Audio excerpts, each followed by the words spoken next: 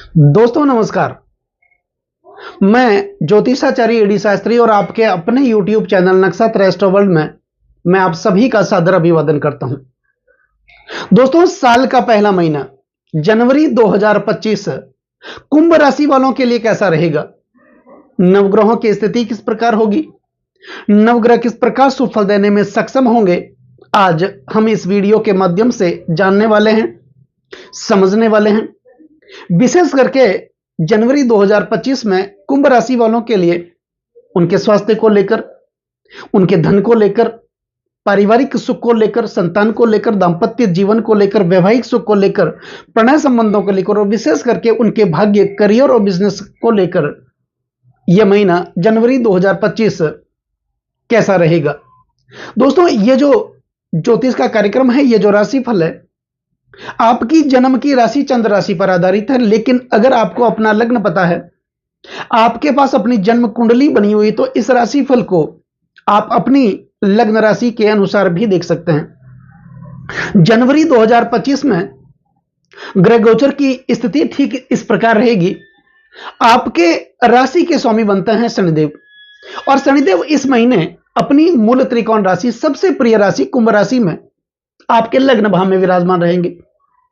राहु आपके धन भाव यानी द्वितीय भाव में विराजमान रहेंगे। वही देवगुरु बृहस्पति आपके चतुर्थ भाव में विराजमान रहेंगे। मंगल आपके छठे भाव में विराजमान रहेंगे। वहीं केतु आपके अष्टम भाव में विराजमान रहेंगे। और 14 जनवरी तक सूर्य आपके एकादश भाव में विराजमान रहेंगे। और 14 जनवरी के बाद सूर्य एकादश भाव से निकल करके आपके द्वादश भाव में विराजमान होंगे एक महीने के लिए। तो यह रहेगी ग्रह गोचर की स्थिति जनवरी 2025 में कुंभ राशि वाले जातकों के लिए। दोस्तों, सबसे पहले बात करेंगे आपके स्वास्थ्य की। तो आपके स्वास्थ्य के स्वामी बनते हैं शनिदेव, जो कि अपनी मूल त्रिकोण राशि, सबसे प्रिय राशि कुंभ राशि में विराजमान है आपके लग्न भाव में। शनिदेव की 7.5 भी चल रही है। लेकिन यहां पर शनिदेव सस नामक पंचमहापुरुष राजियों का निर्माण करके विराजमान है। और शनिदेव को साथ मिलेगा यहां पर जनवरी 2025 में शुक्र का। सबको पता है शनिदेव के प्रबल मित्र माने जाते हैं शुक्र, क्योंकि शनिदेव के पास 2 राशियां होती है, मकर राशि और कुंभ राशि। इन दोनों राशियों में से कोई भी एक राशि अगर लग्न भाव में होती है, उस स्थिति में शुक्र केंद्र और त्रिकोण के अधिपति बनकर के योग कारक स्थिति में रहते हैं, प्रधान ग्रह माने जाते हैं। तो जनवरी 2025 में कुंभ राशि वाले जातकों के लिए शनिदेव और शुक्र स्वास्थ्य के भाव में विराजमान रहेंगे। ऐसे में शनिदेव अपनी मूल त्रिकोण राशि में पंच महापुरुष, सस नामक पंच महापुरुष राजियों का निर्माण भी कर रहे हैं। तो स्वास्थ्य की अगर दृष्टि से देखा जाए तो जनवरी 2025 कुंभ राशि वाले जातकों के लिए अच्छी स्थिति का निर्माण करने वाला होगा। आप अपने स्वास्थ्य को लेकर के सजग होंगे। आप ध्यान करेंगे, मेडिटेशन करेंगे, मॉर्निंग वॉक करेंगे और अपने आप को सुंदर दिखने की कोशिश करेंगे, दिखाने की कोशिश करेंगे, अपने शरीर को अच्छा रखने की आप कोशिश करेंगे। दूसरी बात, इसी महीने आपके अंदर वाणी कुशलता बढ़ेगी। आप अपनी वाणी कुशलता के कारण अपना फंसा हुआ काम निकालने में माहिर होंगे। आपके आचरण में सुधार होगा, आपके व्यक्तित्व में सुधार होगा, आपके चरित्र का निर्माण होगा। तो कुल मिलाकर के यह स्थिति आपके लिए, कुंभ राशि वालों जातकों के लिए जनवरी 2025 में अच्छा रहेगा। इससे पहले स्वास्थ्य में थोड़ी दिक्कतें आ रही थी, ज्यादातर पैसे आपके हॉस्पिटल के खर्चों में खर्च हो रहे थे। लेकिन इस महीने आपको राहत मिलने वाली है। अननेसेसरी जो खर्चे बने हुए थे, उस खर्चों से इस महीने आप मुक्त होंगे। अब आपके धन की स्थिति को लेते हैं, तो आपके धन, कुटुंब और वाणी का भाव जो बनता है, वो बनता है द्वितीय भाव। उस भाव में राहु विराजमान है। ऐसा कहा जाता है, सर्वार्थ चिंतामणि ज्योतिष शास्त्र के अनुसार कहा जाता है कि राहु अगर धन भाव में विराजमान होता है और धन भाव के स्वामी शुभ ग्रहों से दृष्ट होते हैं या फिर केंद्र में विराजमान होते हैं, तो यहां पर आपके धन भाव में राहु विराजमान है और धन भाव के स्वामी बृहस्पति आपके चतुर्थ भाव में विराजमान है, केंद्र में विराजमान है। तो धन की दृष्टि से भी यह स्थिति जनवरी 2025 में कुंभ राशि वाले जातकों के लिए अच्छी रहेगी। धन का आगमन बढ़ेगा, जो धन रुका हुआ था उसका प्रभाव फिर से बढ़ने लगेगा। आपकी वित्तीय स्थिति, आपकी आर्थिक स्थिति मजबूत होगी। रोजगार के नए नए अवसर आपके लिए उत्पन्न होंगे, आय के नए नए संसाधन आपके लिए उत्पन्न होंगे, कौटुंबिक स्थिति आपकी अच्छी होगी। यहां पर आपको भाइयों का साथ मिलेगा, बहन भाइयों का साथ मिलेगा, पारिवारिक स्थितियों का अच्छा निर्माण होगा। तो यहां पर वाणी कुशलता भी बढ़ेगी। तो धन की दृष्टि से भी अगर देखा जाए तो जनवरी 2025 अच्छा रहेगा। बात करते हैं आपके पारिवारिक सुखों की। तो पारिवारिक सुखों का जो भाव बनता है वो बनता है चतुर्थ भाव। यहां पर बृहस्पति हमारे सौर परिवार के सबसे शुभ ग्रहों में से एक, जिनकी दृष्टियों में ही अमृत पाया जाता है, और वो बृहस्पति आपके केंद्र भाव में, हालांकि शत्रु राशि में विराजमान रहेंगे लेकिन केंद्र भाव में रहेंगे, तो पारिवारिक स्थिति भी अच्छी देखने को मिलेगी। यहां पर कोई आप नया वाहन खरीद सकते हैं, कोई प्रॉपर्टी खरीद सकते हैं, या फिर पहले से आपने प्रॉपर्टी में अपने पैसे लगाए हैं, अपना धन निवेश किया है, वो पैसे फंस रहे थे, फंसे हुए पैसे आपके इस महीने जनवरी 2025 में वापस आएंगे। आर्थिक स्थिति भी मजबूत होगी। माता के स्वास्थ्य से आप चिंतित थे, उसमें भी आपको अच्छा दिखने लगेगा। दूसरी बात, राजनीतिक दृष्टि से अगर देखा जाए तो यह महीना आपके लिए अच्छा रहेगा।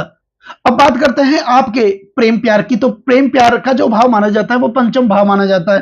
पंचम भाव के स्वामी बुध बनते हैं, और बुध सूर्य के साथ विराजमान रहेंगे इस महीने।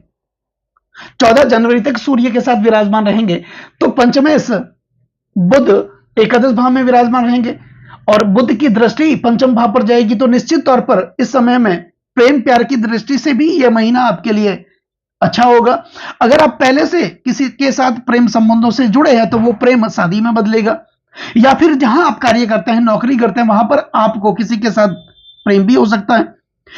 अगर अविवाहित हैं तो शादी के नए नए प्रस्ताव आएंगे। सगाई नहीं हो रही तो सगाई के प्रबल योग भी इस महीने आपके लिए बनेंगे। और यही पंचम भाव आकस्मिक धन प्राप्ति का भाव माना जाता है। जो लोग शेयर मार्केट के कार्यों से जुड़े हैं उनके लिए तो बहुत बड़ी स्थिति का निर्माण होगा, यह स्थिति आपके लिए रहेगी। दूसरी बात दोस्तों, इस महीने शनिदेव और मंगल का षडाष्टक योग देखने को भी मिलेगा। मंगल अब क्या है, मंगल रज के कारक ग्रह हैं, अग्नि प्रदान ग्रह माने जाते हैं। मंगल की अच्छी स्थिति काम शक्ति को बढ़ाती है और खराब स्थिति काम शक्ति को खत्म कर डालती है। तो एक सुखी दाम्पत्य जीवन के लिए पति और पत्नी के बीच संतुलित काम शक्ति का होना जरूरी माना जाता है, तभी तो दाम्पत्य जीवन चलता है। और यही कारण है कि विवाह से पहले लड़की और लड़कों की कुंडलियों में मंगल का मिलान किया जाता है। तो मंगल आपके छठे भाव में विराजमान रहेंगे, हालांकि अपनी नीच राशि में इस महीने विराजमान रहेंगे, लेकिन शनिदेव जो कि आपके लग्न भाव में विराजमान है, शनिदेव और मंगल का षडाष्टक योग बनेगा।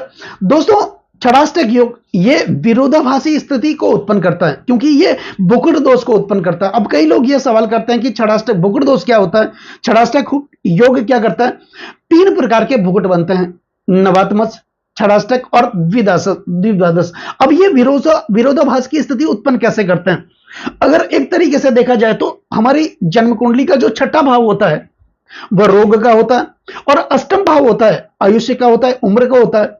मान लीजिए कि हमारा शरीर अगर रोगग्रस्त रहेगा, रोगों से ग्रस्त रहेगा, तो हमें लंबी उम्र प्राप्त कैसे होगी, तो यह विरोधाभासी स्थिति उत्पन्न करेगा। तो यहां पर शनि और मंगल का षडाष्टक योग देखने को मिलेगा। एक बुकुट दोष होता है नवात्मस, तो हमारी जन्म नव पंचम का, नव 5 का, तो पंचम भाव जो होता है वो होता है हमारी संतान का, और नवम भाव होता है तपस्या और धर्म का।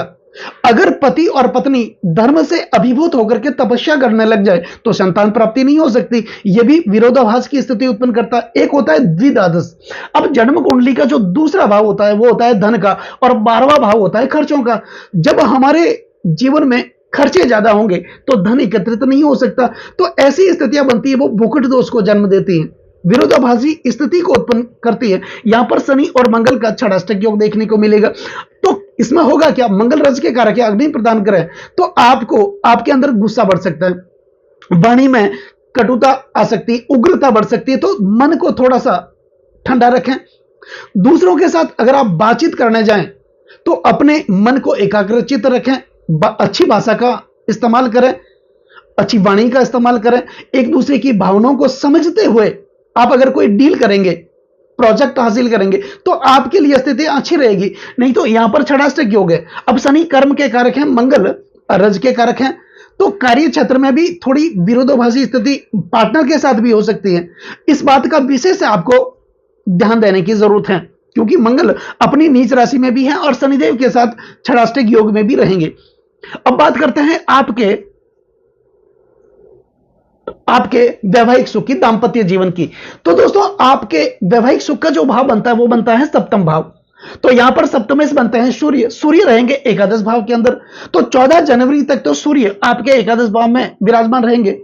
तो 14 जनवरी से पहले आपके दांपत्य जीवन की स्थिति अच्छी रहेगी, वैवाहिक सुख की स्थिति अच्छी रहेगी। विशेष करके यह भाव जो होता है ये यौन संबंधों को प्रकट करता है, पति पत्नी के बीच जो सेक्सुअल रिलेशन होते हैं उसको दर्शाता है ये कुंडली का सप्तम भाव। दूसरी भाव सप्तम भाव दशम से दशम होने के कारण आपके कार्य क्षेत्र का भाव माना जाता है। तो कार्य क्षेत्र की दृष्टि से भी अगर देखा जाए, पद प्रतिष्ठा की दृष्टि से देखा जाए, रोजगार की दृष्टि से देखा जाए, मान सम्मान की दृष्टि से अगर देखा जाए, तो इस 14 जनवरी से पहले सूर्य की स्थिति अच्छी रहेगी, आपके एकादश भाव में रहेगी। लेकिन 14 जनवरी के बाद सूर्य आपके एकादश भाव से निकल करके आपके द्वादश भाव में जाएंगे। तो सप्तमेश अगर द्वादश भाव में जाएंगे तो यहां पर 14 जनवरी के बाद अपने दांपत्य जीवन को थोड़ा सा सुधारने की जरूरत होगी। इसमें पति पत्नी एक दूसरे की भावनाओं को कदर करें, एक दूसरे की इज्जत करें, एक दूसरे को समझे, एक दूसरे का अनुसरण करें,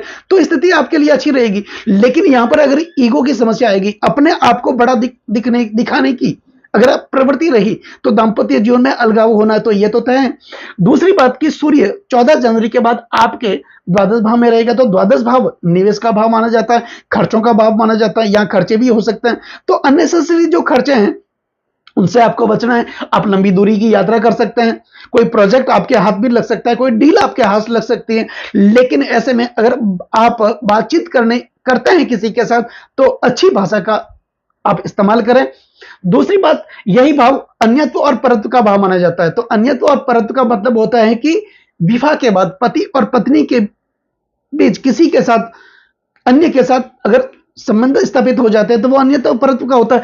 सूर्य यहां पर 14 जनवरी के बाद सप्तमेश बन करके जाएंगे तो यहां पर कोई आप पद भ्रष्ट हो सकता है, कोई आपको फंसाने की कोशिश कर सकता है, आपके चरित्र का हनन हो सकता है, आपके ऊपर कोई ब्लेम लग सकता है, आरोप लग सकता है। तो इस बात का विशेष ध्यान आपको 14 जनवरी के बाद रखने की आवश्यकता होगी। इससे पहले सूर्य की स्थिति आपके लिए अच्छी होगी। अब बात करते हैं आपके भाग्य की। विशेष करके तो भाग्य के स्वामी बनते हैं शुक्र और चतुर्थ भाव के स्वामी बनते हैं शुक्र। शुक्र आपके लिए, क्योंकि कुंभ लग्न है, कुंभ राशि है, शुक्र योग कारक रहेंगे, केंद्र त्रिकोण के स्वामी बनकर के प्रदान करें और शनिदेव के साथ विराजमान रहेंगे। तो भाग्य की दृष्टि से देखें तो जनवरी 2025 कुंभ राशि वालों के लिए अच्छा रहने वाला। यहां पर भाग्य का साथ मिलेगा।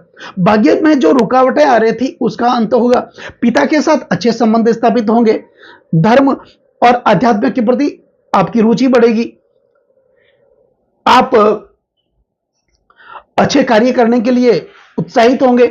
कुल मिलाकर के भाग्य का साथ मिलेगा। भाग्य में जो रुकावटें आ रही थी वो रुकावटें आपकी दूर होगी। अब बात करते हैं आपके कार्य क्षेत्र की, दसम भाव की। तो दशमेश बनता है मंगल और मंगल का शनि के साथ षडाष्टक योग भी है। मंगल अपनी नीच राशि में तो कार्य क्षेत्र में भागीदार के बाद अच्छे संबंध स्थापित करके आपको आगे बढ़ना है।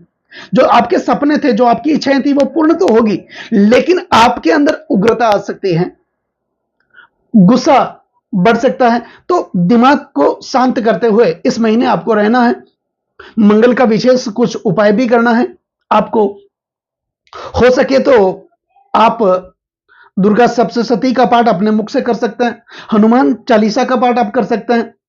बजरंग बली के मंदिर में आप मंगलवार के दिन, शनिवार के दिन जाकर के बूंदी के जो लड्डू होते हैं उनका प्रसाद आप वितरण कर सकते हैं। मसूर की दाल मंगलवार के दिन आप किसी को दान दे सकते हैं। तो यह एक उपाय आपको मंगल से संबंधित आपको करना है।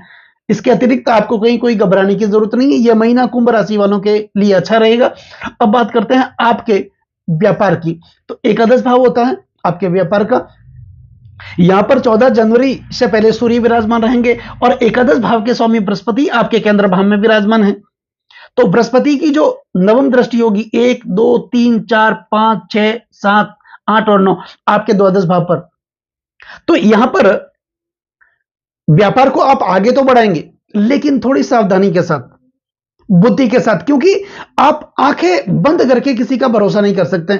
जहां आप डील करने के लिए जाएं कोई प्रोजेक्ट लेने के लिए जाएं, किसी के साथ बातचीत करने के लिए जाएं, किसी को पैसा उधार देते समय विशेष सावधानी बरतनी, आपको आंखें बंद करके किसी के ऊपर भरोसा नहीं करना, इस बात का विशेष आपको ध्यान रहना। बाकी आपके लिए जनवरी 2025 का महीना कुंभ राशि वाले जातकों के लिए अच्छा रहेगा।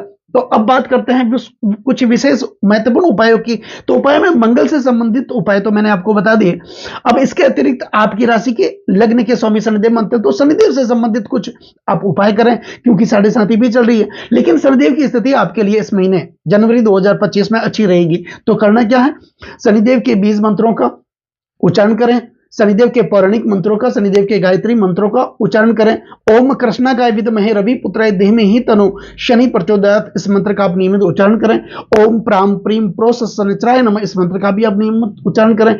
ओम नीला जन्म समाभासम रवि पुत्रम यमागर्जम छाया मार्तंड संभूतम तम नमामि शनिचरम, इस मंत्र का भी आप नियमित उच्चारण करते रहें। शनि मंदिर में जाएं, भगवान शनि के आप दर्शन करें। घर में बुजुर्ग व्यक्ति हो, चाहे आपके माता पिता हो, आपके दादा दादी हो, उनका अनुसरण करें, उनकी आज्ञा का पालन करें, क्योंकि जहां भी वृद्ध व्यक्तियों का सम्मान होता है वहां पर शनिदेव की कृपा हो ही जाती है। तो ये जो महीना है जनवरी 2025 का कुंभ राशि वाले जातकों के लिए थोड़ी सी सावधानी की जरूरत होगी, बाकी ये आपके लिए बहुत अच्छा रहेगा। तो दोस्तों, कैसा लगे ये वीडियो?